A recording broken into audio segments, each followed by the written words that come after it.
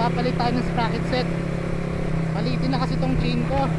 Yung sprocket okay pa naman, makapal pa siya, pero yung cadena kasi mismo yan, palagi siyang napuputulan. Tsaka yung advice sa akin ng mga mekaniko na palitin na raw yung ano ko, cadena. So mas maganda ay palitan na natin para hindi na magka-aberya. Mahirap na, lalo na pagkagabi walang mga shop. So papunta tayo ngayon ng Taytay guys. Yan, doon kasi maraming mga motor shop para makapamili tayo ng gusto nating ano, sprocket set. So ang bala ko palang ipalit dito guys sa combination is 1441. Then since stock tong gamit ko, ang combination nito is 1438. Yan. Bakit nga ba tayo magdadagdag ng ngipin sa likod? Kasi guys, ano, medyo may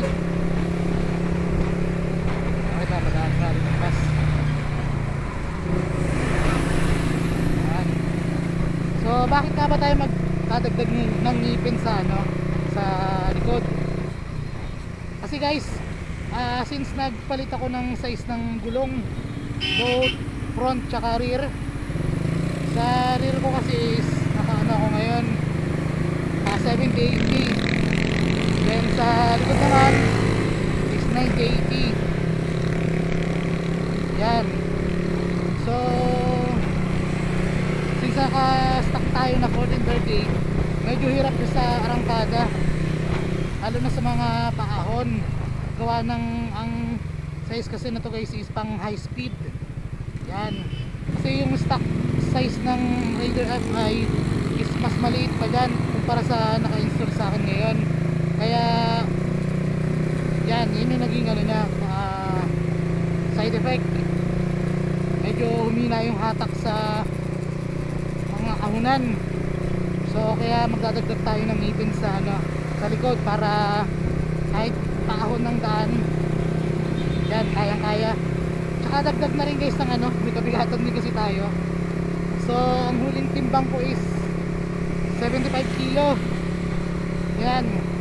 Plus naka shifter pa ako, tsaka naka new box. Yan, dagdag na rin sa bigat yan. Kaya mas kailangan talaga na ang combination ng sprocket natin is pang arangkado talaga. So ang bahala ko sanang bilhin na brand kay is RK. Yan, kaso wala akong makita rito na malapit sa amin. Ang lalayo puro sa mga Caloocan madalas. So i-try ko dito sa may Taytay kung may, baka may RK select dito. Or kung wala man, ang second option ko is SSS. Yan. Yan, SSS ang second option ko in case na walang RK brand. Yan, base rin naman sa mga nakikita kong review sa SSS, okay rin naman siya. Pang heavy duty rin naman daw ito. Ayun, try natin yan. Yan, ito nga pala guys yung C6 road.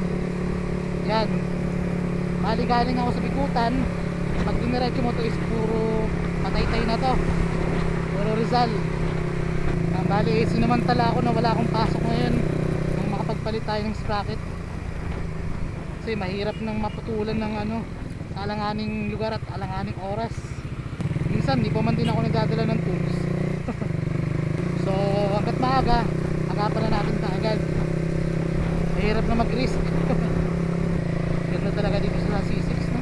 Nakaka-relax.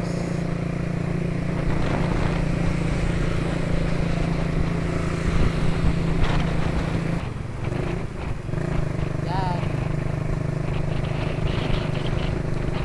Ganda, no? Bali pag diniretso mo yan dyan, papuntang Antipolo. Yan, sunod-sunod na yan. Tanay, Baras.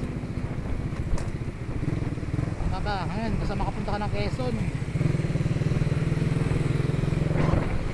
Dito tayo sa gilid.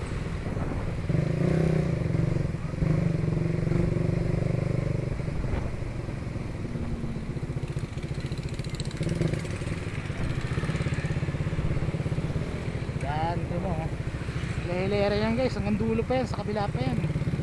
Kaya talagang sulit dito pag pumunta ka rito. Parang Caloocan nga. ang kaibahan nito is tabing kalsada lang talaga. Kasi dun sa kanila parang may mga skinita na papasok. Pero dito along the highway lang dito sila.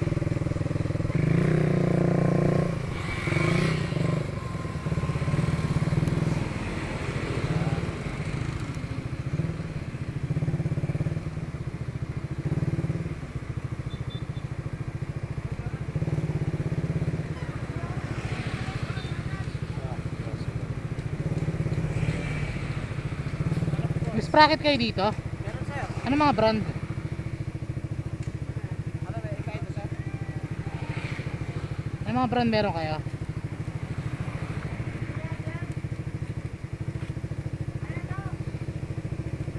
MTR? Magkano yung ganyan nyo?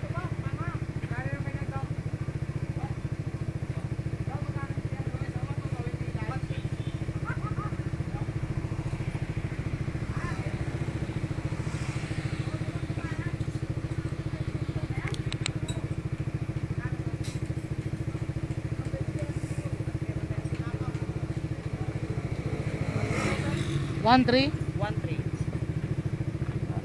Sige mamaya, iyan ako, dala ko dyan. Kasi na tawagon, pakusap mo sa kanya. Sige, balikan ko na lang.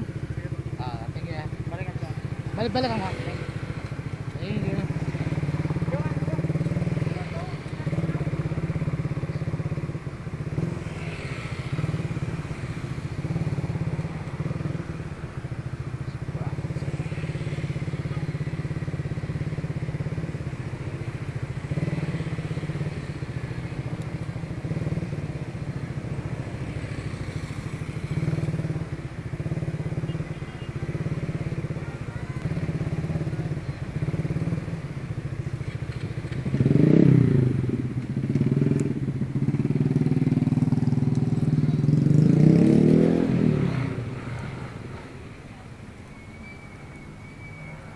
Excuse me.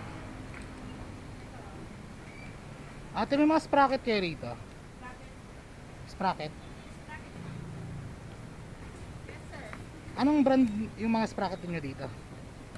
Sprocket, meron kami Notaro, SSS. Ano po bang ano po? Raider FI. Rider F. Pwede makita. Saan po? Dito tayo dito. Ito po yung ko. Ano size gusto mo? SSS yan, meron. Ito. Rider ka? Opo. Ito. Kapag 1441. ka Rider 41, 39, 41. Ito pwede ito sa FI. Anong- 39, 39. Magkano yung pag SSS? Na 1441 magkano? 19 this one. 19? Yeah. Kasama installation. Installation.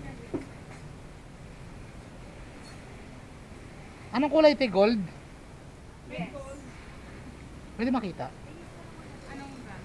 Yung SSS na 1441. 1441. Pwede makita lang yung tsura mo.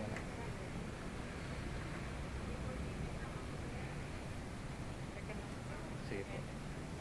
Mga RK wala kayo dito na. RT, ayan. RT. Ay, di pala. Oh.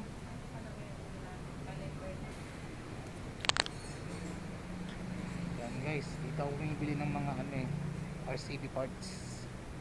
Anong size? Patingin natin na 1441 SSS. Rider 150.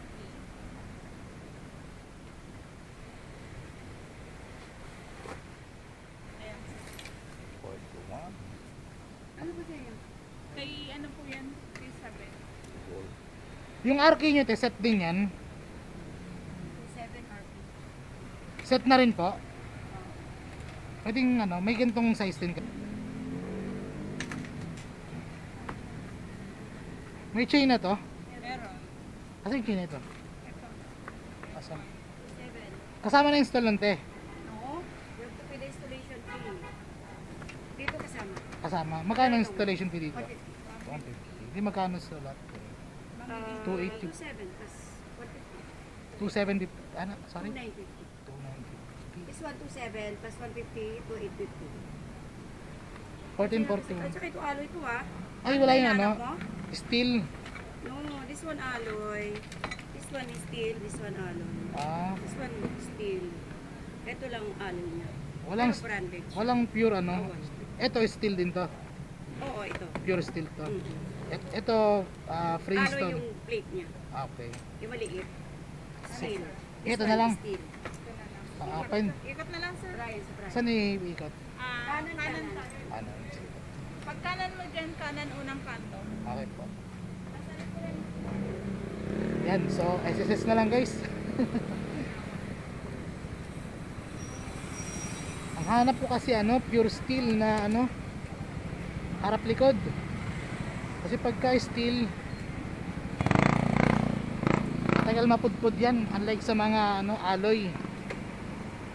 More on ano kasi yan, sa mga drag race. Mas magagaan.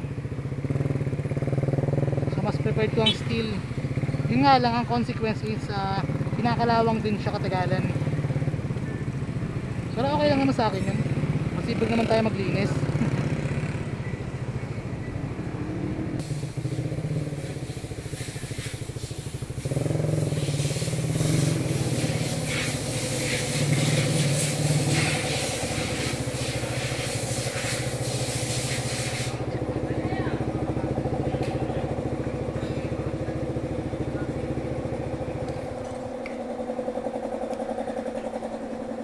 $14.41 no, sakto. Okay.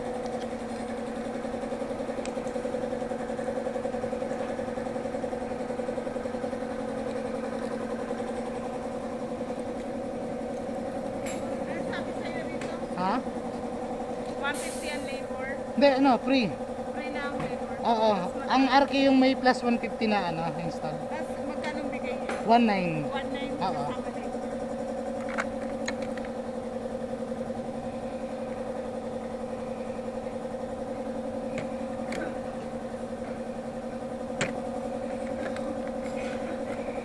Ayan, medyo may kamahalan guys din yung SSS, pero okay lang din naman.